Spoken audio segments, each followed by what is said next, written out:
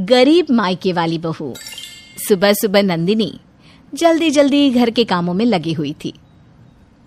बहू, नाश्ता बना कि नहीं? जी माँ जी, बस चाय छान कर लेकर आ रही हूँ। फिर जैसे ही बहू चाय छानने जाती है, उससे भगोना छूट जाता है और सारी चाय जमीन पर बिखर जाती है। क्या गिरा? अंदर आकर देखती है कि पतीला गिरा है। सत्यानाश हो, सुबह सुबह फिर से एक नुकसान। मेरा बेटा चाय की पत्ती अमेरिका से लाया था, अब बर्बाद हुई ना उतनी चाय पत्ती। उसके पैसे क्या तेरे गरीब माँ बाप देंगे? जेब से फूटी कौड़ी तो निकली नहीं उनके। मर दिया अपना बोझ हमारे सर, वो अलग। सॉरी माँ जी। अब तक तो आप समझ ही गए होंगे कि ये कहानी है नंदिनी की, जो कि एक गरीब घर से है।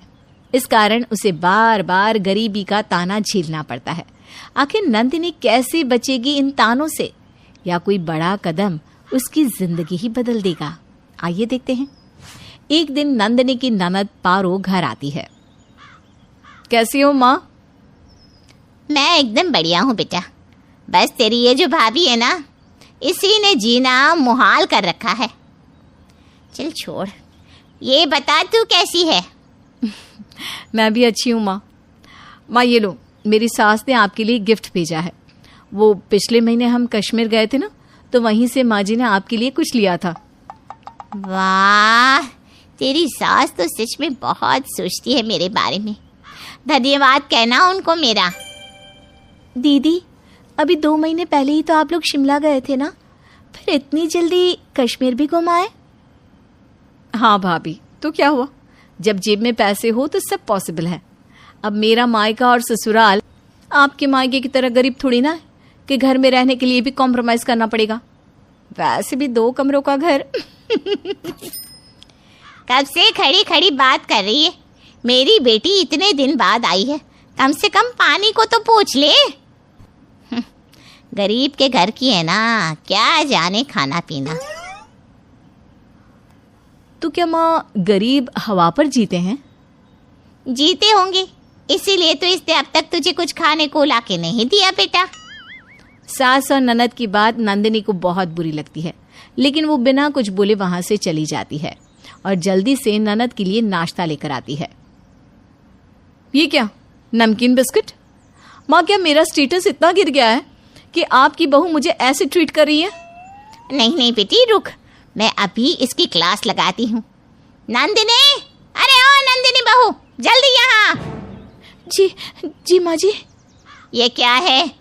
मेरी बेटी को तूने अपने मायके वालों जैसा समझा है क्या, जो नमकीन बिस्किट लाके दे रही है? तेरे मायके में खिलाते होंगे नमकीन बिस्किट। जा, मेरी बेटी के लिए बाहर से समोसा जलेबी लेकर आ। माँ, मैंने तो नमकीन बिस्किट इसलिए दिया क्योंकि खाने का समय हो गया है। मैं बस डाइनिंग टेबल पर खाना ही लगाने जा रही हूँ। जो कहा है वो कर, ज्यादा दिमाग ना दौड़ा, वरना भेज दूंगी तुझे भी तेरे गरीब माँ बाप के घर, फिर सड़ना उसी गरीबी में। नंदिनी बिना कुछ जवाब दिए ननद के लिए जलेबी समोसा लेने चली जाती है, जिस कारण उसे घर आने में देर हो जाती है और सबको खाना परोसने में भी। बहू, आज इतनी देर क्यों लगा दी खाना बनाने में? जी वो पापा जी। इसके आगे की नंदिनी कुछ बोलती। देर तो करेगी ना रसोई में, इतना सारा सामान देखकर चकरा जो जाती होगी कि इतनी बड़ी रसोई में क्या बनाऊं मैं। इसके मायके में थोड़ी ना इतनी बड़ी रसोई देखी होगी इसने। गरीब की बेटी बड़े घर में शादी हो जाए तो ऐसा ही होता है, लड़कियां फूली ही नहीं समाती, फिर ससुराल वालों को देर से ही खाना खिलाएगी ना। माँ, अब नंदिनी को ऐसा क्यों कह रही हो? भाई, तू भाभी के लिए माँ से क्वेश्चनिंग कर रहा है? अब नहीं बहन, मैं तो बस यूं ही पूछ रहा था। मुझे पता है नंदिनी ने ही कुछ किया होगा, तभी माँ ऐसा बर्ताव करती है। फिर सभी चुपचाप खाना खाते हैं। उसके बाद नंदिनी किचन समेटने में लग जाती है कि तभी अचानक से उससे एक प्लेट गिरकर टूट जाती है। उसी समय पारो पानी पीने वहां आती है। सत्यानाश हो भाभी, आप मोम की गुड़िया हो क्या? एक काम ढंग से नहीं कर सकती? आपकी माँ ने कुछ सिखाया नहीं क्या आपको? हाँ, जब इतने महंगे बर्तन होते इसके यहाँ तभी तो माँ सिखाती ना। अब तो धन्ना सेठ के यहाँ आ गई है, अब तो तोड़ फोड़ लगा ही रहेगा, वरना पता कैसे चलेगा कि मायका भले ही गरीब हो, ससुराल वाले तो करोड़पति है। नंदिनी अब भी चुपचाप उनकी बातों को सुनकर शांत हो जाती है और किचन का काम निपटाकर वहां से फटाफट सोने चली जाती है कमरे में। नंदिनी, ये क्या हाल बना रखा है तुमने? क्यों, क्या हुआ जी? सारा दिन उदास रहती हो, ना ढंग से सजती हो ना संवरती हो। अभी कुछ दिन तो हुए हैं हमारी शादी को, फिर ऐसा बर्ताव क्यों करती हो? नहीं, कुछ नहीं, घर के कामों में बस समय नहीं मिल पाता। तुम नौकरानी नहीं हो, बहुरानी हो इस घर की। समय नहीं मिलता तो समय निकालो मेरी जान। जी। वहीं अगले दिन जब पारो अपने ससुराल जाने लगती है, ये देख बेटी, मैंने तेरे लिए ये साड़ी लाई है। वो सब तो ठीक है माँ, लेकिन ये दूसरी इतनी सस्ती सी साड़ी किसके लिए लाई है माँ? वो तेरी गरीब भाभी है ना, उसी के लिए। उसे कहाँ महंगे ब्रांडेड कपड़े की आदत है, इसलिए उसके लिए ये लोकल सड़क छाप साड़ी ही ठीक रहेगी बेटा। सही कहा आपने माँ। अच्छा, अब मैं चलती हूँ। फिर पारो अपने ससुराल चली जाती है, लेकिन नंदिनी अब हर बात पर मायके के ताने सुनकर परेशान हो चुकी थी। फिर एक दिन जब सभी बाहर जा रहे होते हैं कि अरे ओ महारानी, तुम कहाँ चली? क्यों, आप लोगों के साथ? और ये घर, ये कौन संभालेगा? तेरी वो गरीब माँ या बाप? जा जाके घर संभाल, तुझे कहीं नहीं जाना। लेकिन माँ। कुछ नहीं, चल चुपचाप, घर में भी किसी का रहना जरूरी है। बेचारा बेटा माँ के सामने कुछ नहीं कह पाता। वहीं शाम को, नंदिनी, एक बात बताओ, माँ तुम्हारे साथ ऐसा बर्ताव क्यों करती है? क्योंकि मेरा मायका गरीब है। हर बात पर माँ गरीबी का ताना देती है। इतना तक कि पारो दीदी आई थी तो वो भी मेरे माँ पापा के हालात को लेकर बुरा भला कहती थी। लेकिन ये ठीक नहीं है, मैं माँ से बात करता हूँ। नहीं जी, फालतू में घर में कलेश होगा और मैं नहीं चाहती कि मेरे कारण घर में कोई भी प्रॉब्लम हो। ठीक है। वहीं शाम को नंदिनी के माता पिता उससे मिलने आते हैं। अरे, आप लोग यहाँ कैसे? मैं तो बस अपनी बच्ची से मिलने आई थी। आपको पता नहीं, बेटी के ससुराल खाली हाथ नहीं जाते। अरे कुछ नहीं तो एक मिठाई का डिब्बा ही लेते आते। बैठिए, मैं नंदिनी को बुलाकर लाती हूँ। अरे सोफे पर कहाँ जा रहे हैं?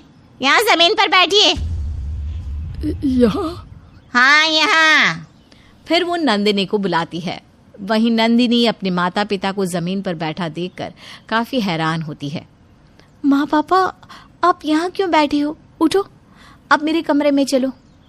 कहीं नहीं जाएंगे, ये यहीं मिल ले और यहीं से विदा कर। आप लोग यहाँ क्यों बैठे थे? वो सब छोड़ बेटी, मैं तो तुझसे मिलने आई थी। बहुत दिन हो गए ना तुझे देखे, तो बस मन किया कि मिल लो। हाँ बेटा, अब दिल को सुकून मिला तुझसे मिलकर, अब हम चलते हैं। माता पिता तो वहां से चले जाते हैं, लेकिन अब नंदिनी का गुस्सा फूट पड़ता है और वो ये निश्चय कर लेती है कि सास को सबक सिखा कर रहेगी। अब नंदिनी कोई काम ढंग से नहीं करती और सास जो काम करने जाए उसे भी बिगाड़ देती और फिर सास का डायलॉग सास को ही चिपका देती। एक दिन सास के हाथ से उसका मोबाइल गिर जाता है। ओहो, ये तो गिरकर खराब हो गया। बहू, ये मोबाइल अंश को देके बनवाने को कह देना। अपने पति को कहो ना, मेरे पति को क्यों? और मोबाइल कितना महंगा आता है, संभाल कर रखा कीजिए। आपके अमीर मायके वाले नहीं देके गए। ये अमीरी तो बस दिखावा है, जेब से फूटी कौड़ी नहीं निकलती उनकी। आती है तो सूखा लड्डू लेकर, जिसे कुत्ता भी न खाए। सास बहू को एकटक देखती रह जाती है।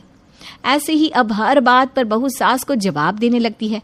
फिर एक दिन, आज मेरे भाई भाभी आ रहे हैं, अपनी कैंची जैसी जबान बंद रखना और ढंग से सारे काम करना। कुछ अच्छा खाने में बना लेना। ठीक है।